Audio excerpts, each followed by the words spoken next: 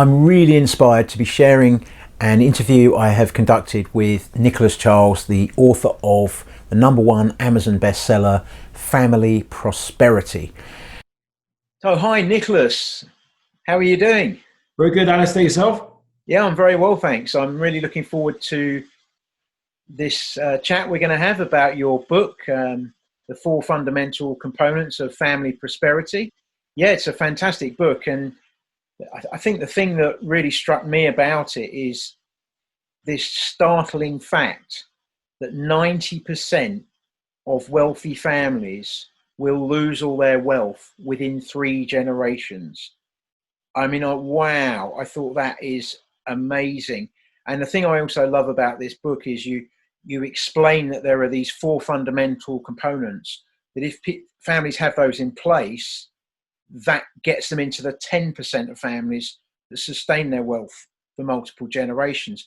So the thing for me was that I'm most curious about is to find out what it is that, how did you go on that journey of finding that fact out, and how because I know there's a personal story in it for you. Do you just want to explain to us that?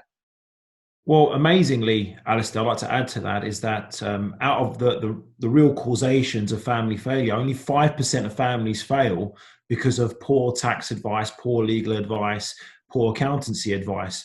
But if you look at the professional world out there, 99.9% of them focus specifically on tax, finance, structures, and legals. So that was what I uncovered in my research when I delved into it. But the reason why I got into this is pretty much twofold. On a personal level, my family has suffered from what we classify as shirt sleeve to shirt sleeves within 3 generations. So that means first generation make it, second, if they're lucky, survive and grow it, and the third generation tank it. So my great-grandfather was a multimillionaire in his own right, but by the time my father came of age, by the time my father was 8 years old, the wealth had completely dissipated. So instead of being third generation wealth, sorry, he became first generation wealth and had to restart the whole process from the beginning. So he came to this country with literally nothing but his shirt on his back, and started up his own business, his accountancy business from the beginning, and built up a property portfolio. And now here I am, second generation wealth, if I can call that, worrying based on my family's history that I'm due to lose it all. Is that 70%, is it? 70% probability that you'll blow it? Yes, essentially the statistics have shown that 70% of second generation wealth will lose all the money. So if you put this into perspective, your first generation, you've built up this business, there's a 70% chance that your children will tank it. But even worse, there's a greater than 90% chance that your grandchildren will lose it.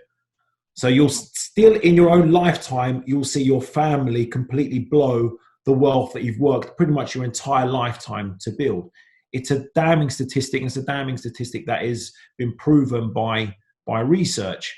So the fundamental research behind all this was by two individual researchers over the United States called Roy Williams and Vic Prizer. They looked at 3,250 families over a 25-year period, and they uncovered the real reasons why families fail.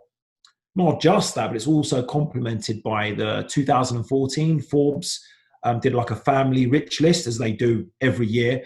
And that in their own rich list, less than 10% of that particular list was third generation, less than 10%. Wow. So it, again, reiterates the fact. And how long has wealth been around for, Alistair? I mean, thousands of years. And yet here we are today, 2020, and less than 10% of the world's wealthiest families are, in fact, third generation. So it's a damning statistic. And I've seen this personally. It's not just the uber wealthy. I've seen this with my own clients. So my background is in accountancy, and yet despite us giving lots of great tax advice to our clients and saving them millions of pounds, they end up losing it. And I then got, again, obviously I had a personal vested interest, but I looked at it in even more detail. I'm like thinking, well, why are these clients blowing the wealth?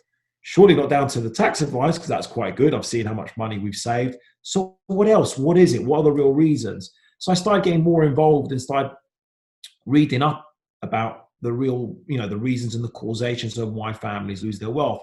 So I looked into the research. We mentioned the Roy Williams and Vic Prizer research, and they uncovered, amazingly, that 60% of families fail because of poor communication. It's because poor communication, if you think about it, leads to distrust within the family. Distrust within the family leads to emotional conflict, and emotional conflict leads to the destruction of the family, not just on a financial basis, but also on an emotional basis.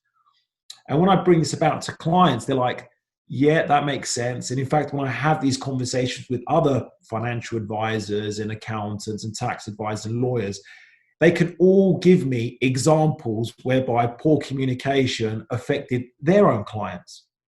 So 25%, and it goes on, so 25% of families fail because of lack of preparing the heirs. That is, teaching the heirs both, how to, one, appreciate and understand the wealth, both in a business sense and in a monetary sense, so that when they're due to receive it, they're prepared to receive it. Because if you think about it, this is something that's not really taught in school. You can be a great academic, but how many academics do you know, Alistair, who don't have much money to their name, even though they're brilliant in their own field, but they're not wealthy? You think, why? And it's the same with families. Like the families that I've seen fail in terms of businesses are those families that literally grant their children or next of kin really high levels within the company without them earning the right. So can you imagine, you've been working in this company for so many years and the owner's about to retire and he says, guess what? This 25-year-old, my son, is now your boss. He's now the CEO. How does that affect you?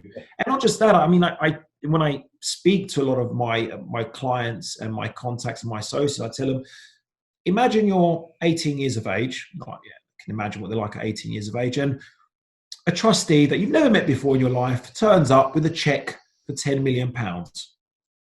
How will that affect you? Do you have the mindset to understand and appreciate what to do with that wealth, or are you going to go crazy? And we've seen this time and time again. I mean, there's multiple examples of families who have earned, because of essentially their birthright, should we say, millions of pounds, dollars, euros, and it's destroyed them. And wealth in the hands of someone who's untrained to receive the wealth can be exceptionally destructive. I mean, we've seen this, and I'll give you some famous names, and the reason why I can give these to you because it's publicly available knowledge. We've seen the destructive power within the Vanderbilts, who lost all their wealth within less than about 80 years, 85 years, equivalent of about $210 billion of wealth gone. So the Vanderbilts, the Gettys, the Johnson & Johnson family. Again, you can look at this in your research. I mean, in fact, there's a really good article called "The Curse of the Johnson & Johnson Family." You've got the Hartfords, who ran A&P supermarket industry, completely gone, went into bankruptcy in the early 2000s. And the Strohs, sixth generation, had the third largest brewery in the world, doesn't exist anymore. The business is completely gone, again, due to poor communication and lack of training the next generation to receive the wealth. And again, so we've got the 60%, you've got the 25%, and 10% of those families fell because a lack of a vision, a lack of a purposeful vision as to what this wealth should be, what it should do, the reasons behind the particular wealth. Because I'm sure that you're well aware, if you lack a purpose in life, and by the way, money, when it's received, can be very destructive in terms of ambition. Because if you're receiving huge amounts of wealth, the mindset is, well, I don't need to work now, because a lot of people work to make money. And if that's taken away from you because you've got lots of money, then what's the purpose? And again, if that's not brought about, there's no collective family vision, receiving that wealth can be very, very destructive. And the vision should be almost the guiding point, similar to a business, Alistair. I mean, you've seen the most successful businesses out there. What do they all have? They all have a purposeful vision that drives the stakeholders to whatever it is. It gives them a target, gives them an aspirational goal and vision for them to attain. It's the same with a family.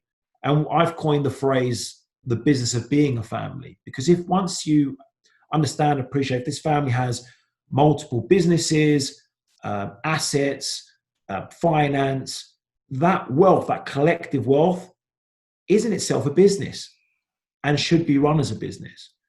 So if you compare successful businesses and unsuccessful businesses, and you use the same, almost like ology, should we say, the same theory behind it and apply it to families, you can see the similarities. Bit of a long-winded answer, apologies about that, but it helps to get that point across, because the most successful businesses out there, what do they have? They have structures in place. They have a vision, a purposeful vision that is understood and appreciated by every single stakeholder within that business. They have a board of directors. And what do the board do? They meet regularly. What do they discuss? They discuss the vision of the business and how to attain the vision of the business. They don't hope for the best. I've never seen a successful business in my life that says, you know what, we're doing okay today. We should be okay forever and ever. Let's just see where the wind takes us. Yeah. It'll be insane to apply that. But how many families that both you and I have seen rely on hope that, that because everything's okay today, everything will be okay in the future? Don't rely on hope. Don't gamble on your family's financial future. We coined the same terminology as in gambling on your family's future is literally like playing roulette. Putting your entire family's finances, everything that you've worked so hard to create, and hoping that red will come up or a particular number would come up. Yeah. But that's what you're doing. If you don't apply what I coin the 4 fundamentals of family prosperity, that's exactly what you're doing. You are gambling with your family's financial future. Yeah, and it is amazing how the vast quantities of money that second or third generation can blow. And I think we talked about this once before, and it's like your children or your grandchildren are going to the roulette table just because you're giving them a lot more roulette chips to play with. Doesn't mean they're not gambling, and ultimately they can lose it just as easily. The other thing that really struck a chord with me in the book is one of the 4 components, which is about sustainable philanthropy. Can you just explain a bit more about that? Well, of course I can. Again, linked to the family's vision, it's important to have a sustainable philanthropic arm for that particular family, because that helps create that purposeful drive to make sure that there's something out there that's greater than the individual needs of each family member. And what I've seen as well, the successful families, the reason why they have that philanthropic arm is because it creates an interest of all the family members to ensure that the money is retained.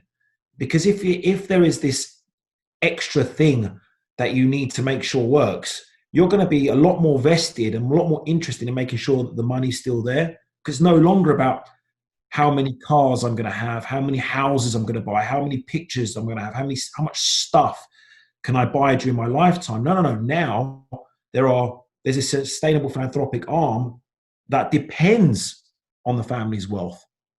And it creates an interest, especially those family members that don't have that interest in finance, in investment, and in business.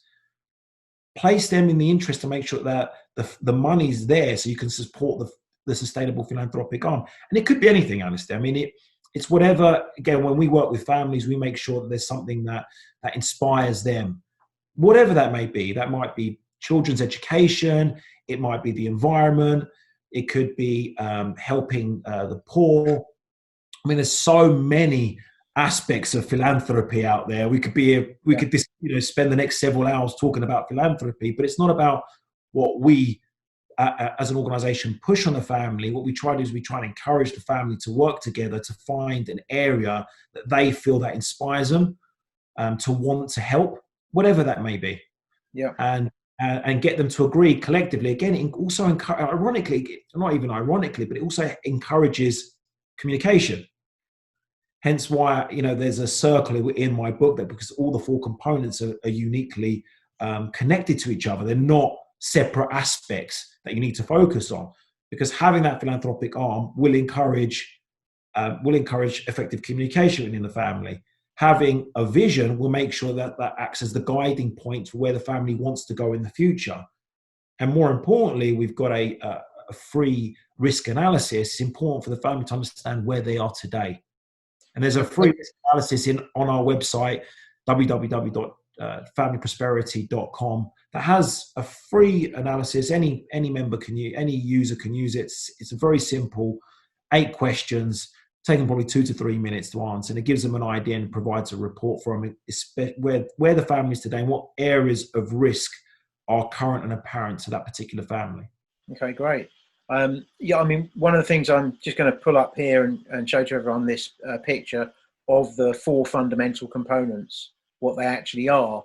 And obviously, you know, from my point of view, what I find interesting is obviously preparing the heirs. I think a lot of people can associate with that one. And in terms of preparing the heirs, whether you're first, second, or third generation, I think reading this book is going to be invaluable for anybody. And it would explain, you know, the fact that you need these 4 fundamental components in place to be in that 10%. And I think the book brilliantly describes each one of these components. And obviously on your website, you've got even more information about these 4 components. So, you know, anyone listening to this, I'd say, you know, get the book and go to the website. But you've got obviously a free assessment there, which I think people would enjoy. But there's lots of other content. You've got videos and things like that on the website. So a lot of great content there. And it will give people insights and information.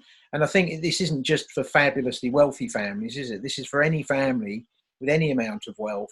The same principles apply, don't they?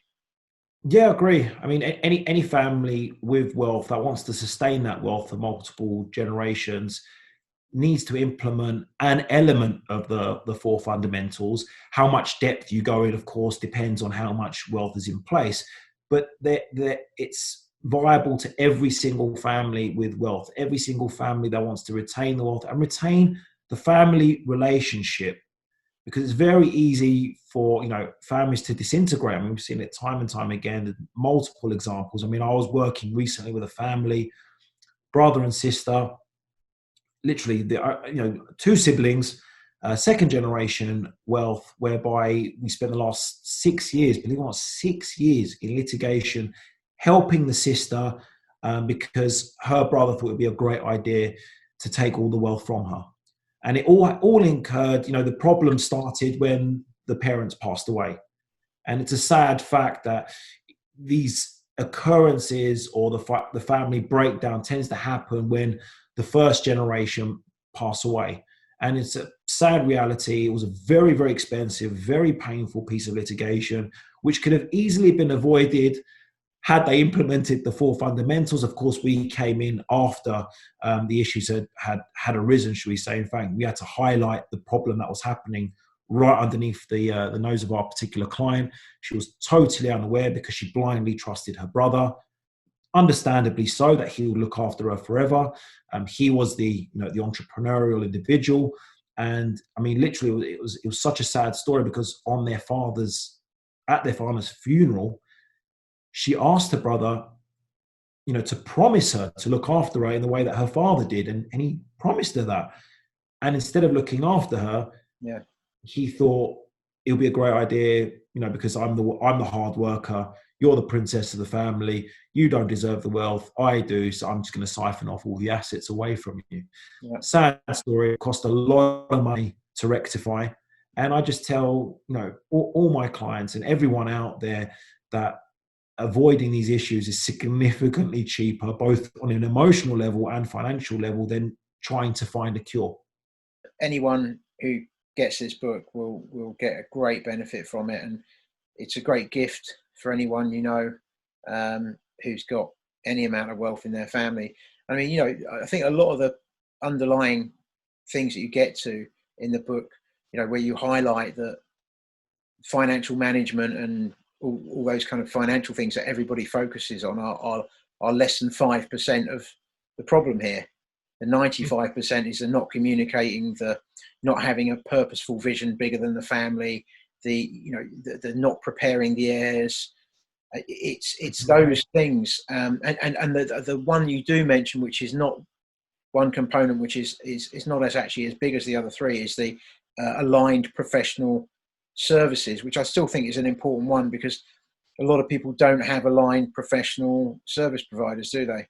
And what I find amazing, Alistair, that even in today, you know, we're in, like I said, 2020, high net worth families that I speak with, and I simply ask their advisor, I simply ask them the same question all the time: is how often do your advisors meet together in order to achieve your vision?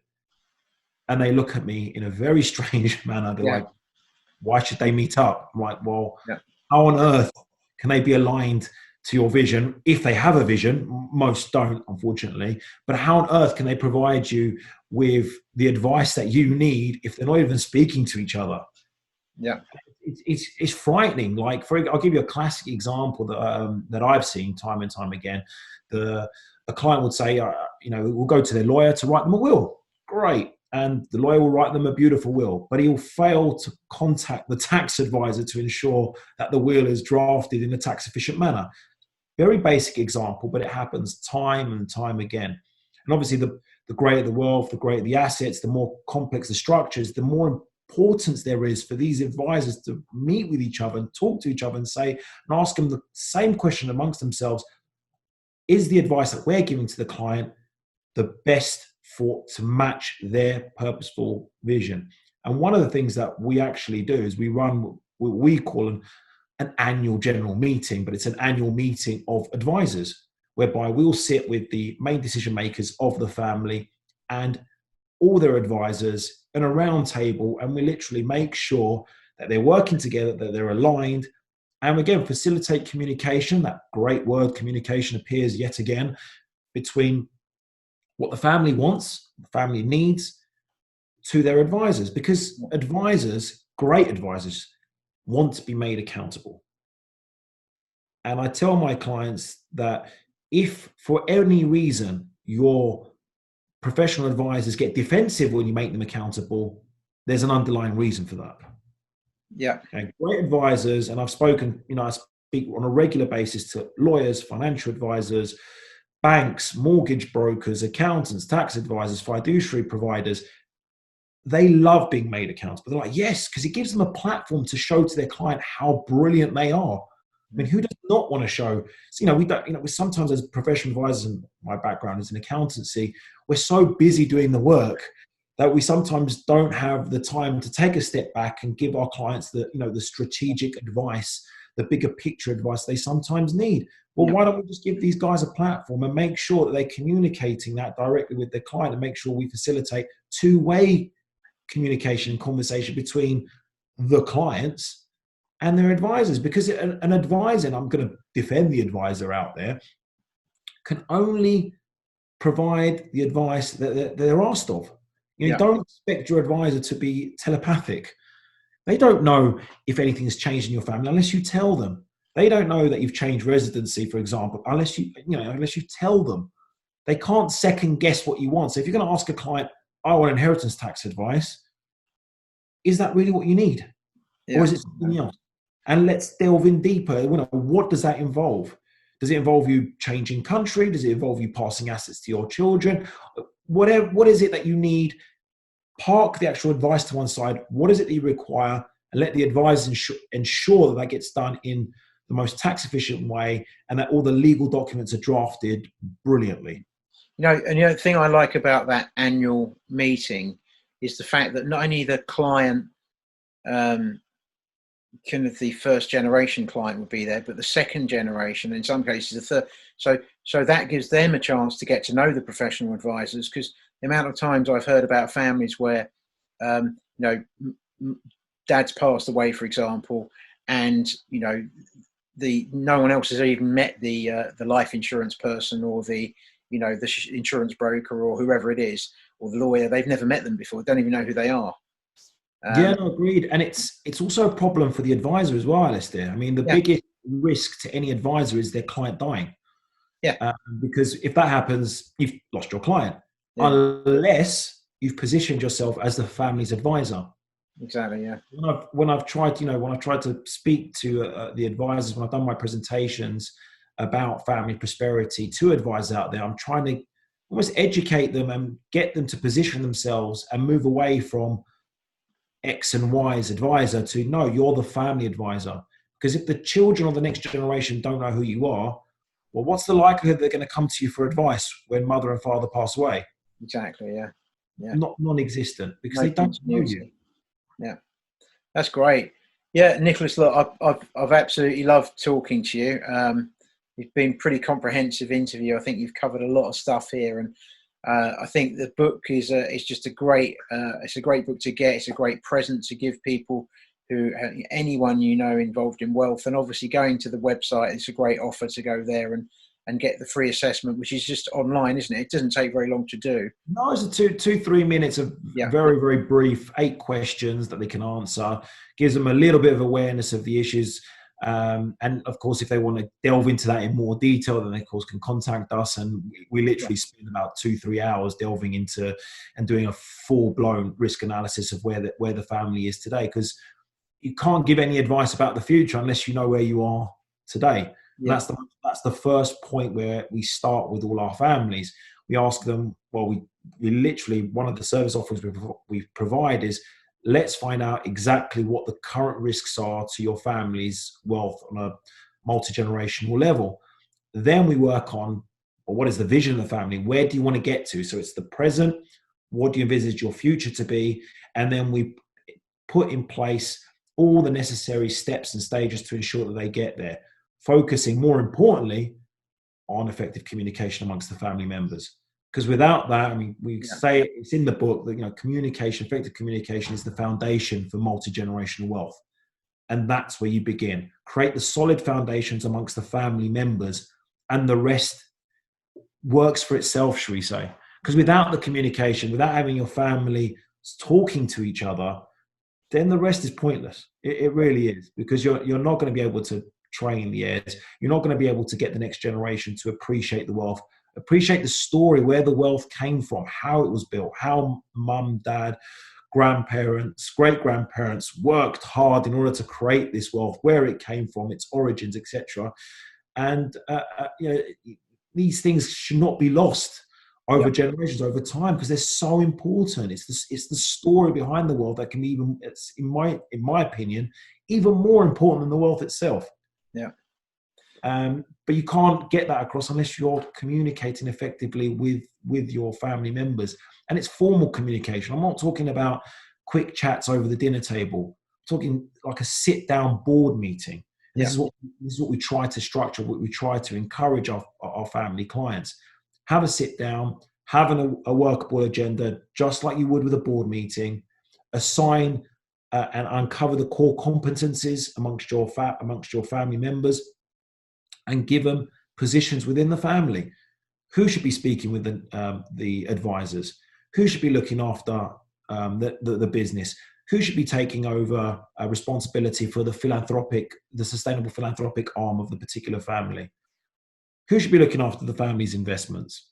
It sounds great, and so I say I've enjoyed the interview, and I think anyone listening to it hopefully will want to go and grab the book and have a look at your website and perhaps do the free assessment. And I'm going to leave the details here, and I'll put an email address if people want to get in touch, and the website address and the book information.